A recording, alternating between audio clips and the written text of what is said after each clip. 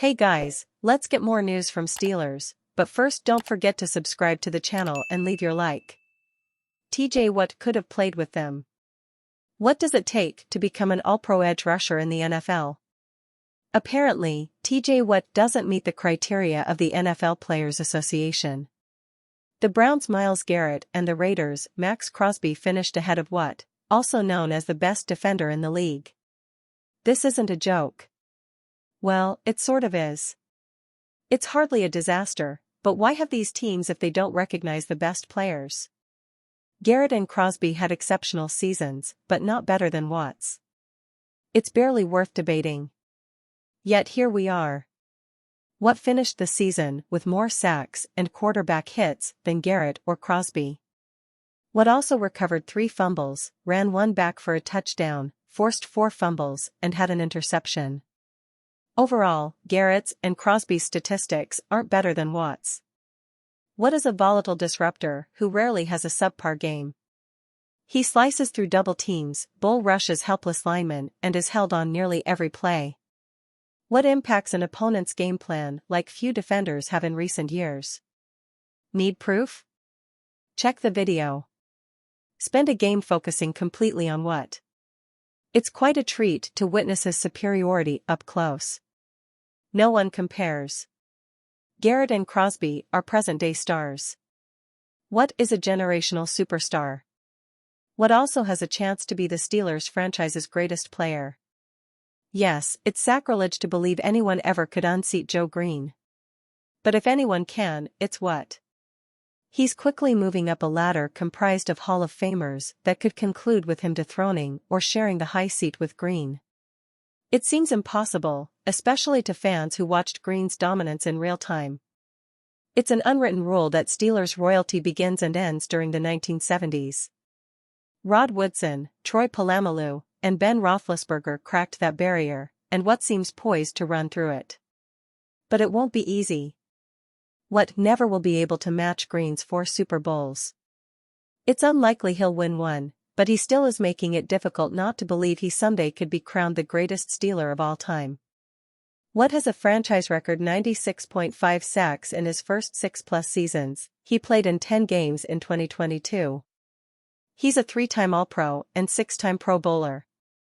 He has 401 tackles, 107 tackles for a loss, 198 quarterback hits, 7 interceptions, 10 fumble recoveries, 27 forced fumbles and 45 defended passes, all while constantly facing double teams. His presence alone makes him a hazard to any opponent, similar to the way Green tortured teams decades ago. And even better, Watt is only 29 years old. His story is far from reaching its final chapter. Putting Watt in the same class as Green isn't hyperbole. It's a slow-moving coup to take a scepter that hasn't changed hands for more than 50 years. Watt's rise reminds me of words spoken by Polamalu during his Hall of Fame speech when he said, "The only approval any Steelers should seek is to earn the approval from previous legends who have donned the black and gold. And if you really earned their respect, they'll say, you could have played with us." Watt meets that standard, one that transcends whatever voodoo formula the NFLPA might be using to choose its All-Pro roster. Terrible telltales, longtime Steelers foe Bill Belichick leaves New England. Bill Belichick and the New England Patriots are expected to part ways Thursday after a remarkable 24 seasons together, ending an unmatched run in NFL history that included 6 Super Bowl titles, league sources told ESPN. Belichick and Patriots owner Robert Kraft spent a good part of this week periodically meeting and discussing how each side wanted to proceed. From sources familiar with those conversations, there was said to be no conflict, no disagreement, and in the end, productive talks resulted in a mutual decision that left both sides comfortable and at ease.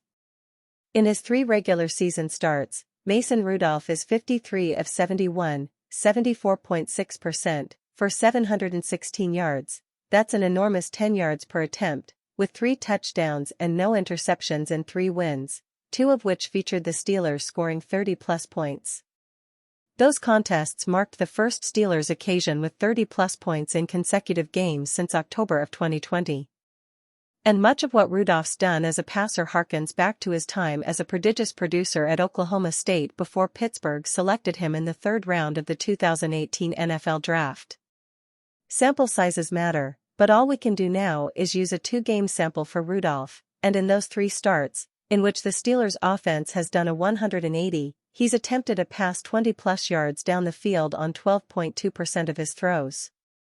Before his injury, Kenny Pickett's downfield throw rate was just 9.5%.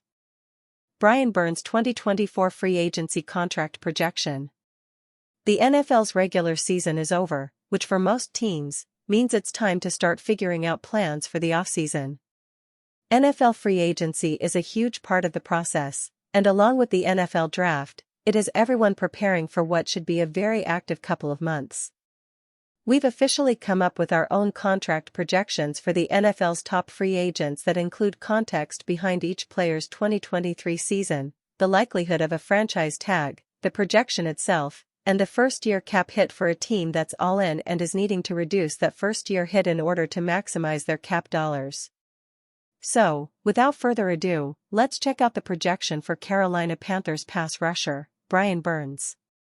Burns has never broken through the ceiling to really establish himself as a premier pass rusher in the NFL. This is in part due to him only having 1 season with 10-plus sacks, a 12.5 sack campaign in 2022. It's also because he has never cracked 70 pressures in a season. His pressure rate has been more in line with Bradley Chubb and Trey Hendrickson prior to their long-term deals, as well.